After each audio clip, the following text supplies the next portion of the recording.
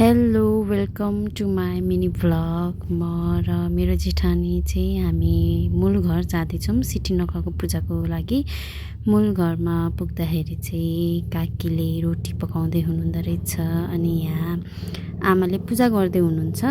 अनि यता पूजा गर्नु भइसकेपछि चाहिँ हामी घर छेउको मन्दिर यानि कि गणेश थानमा गयौँ। काकी म हामी सबै मिनी भ्लगमा हाई भन्दिन र त्यही भनेको आज त हामीले के रे सल्लाह गरेर लाएको जस्तो भएछ कुर्ता।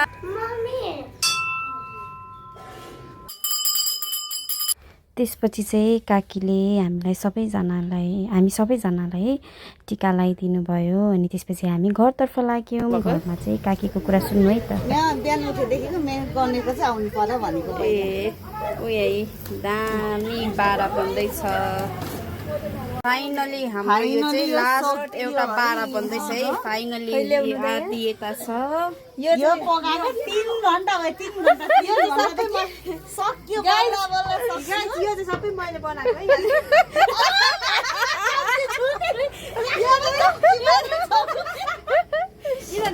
कर्मी भएर यहाँ सबै मैले बनाएको है। यो चाहिँ यहाँ पसिना हेर्नु मेरो फेसमा हेर्न सक्नुहुन्छ।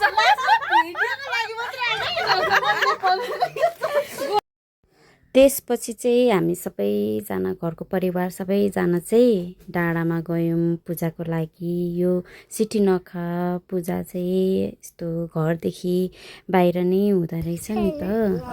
अनि पूजा गऱ्यौँ हामी सबैजनाले।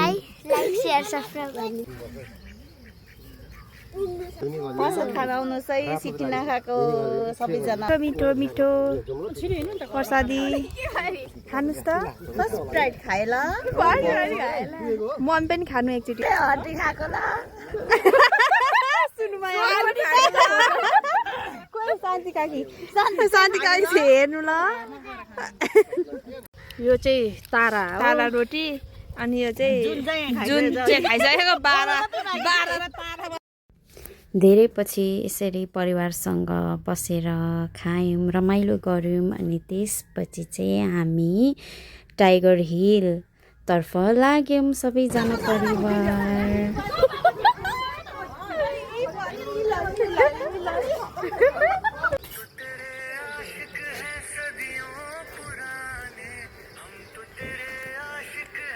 फाइनली टाइगर हिल पनि पुग्यौँ चिसो हावा खानलाई गर्मीमा।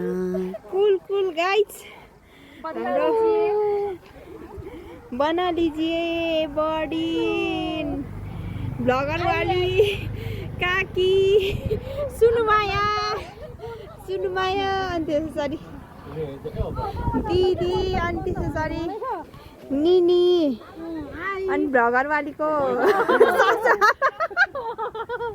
काकी सासू अनि यो चाहिँ धनकुटाको दृश्य।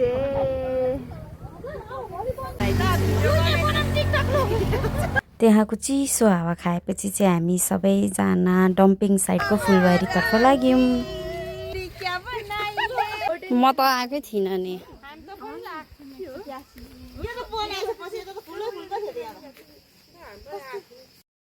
अनि यहाँ चाहिँ मेरो जेठानी रुख चढ्ने प्रयासमा हुनुहुन्छ।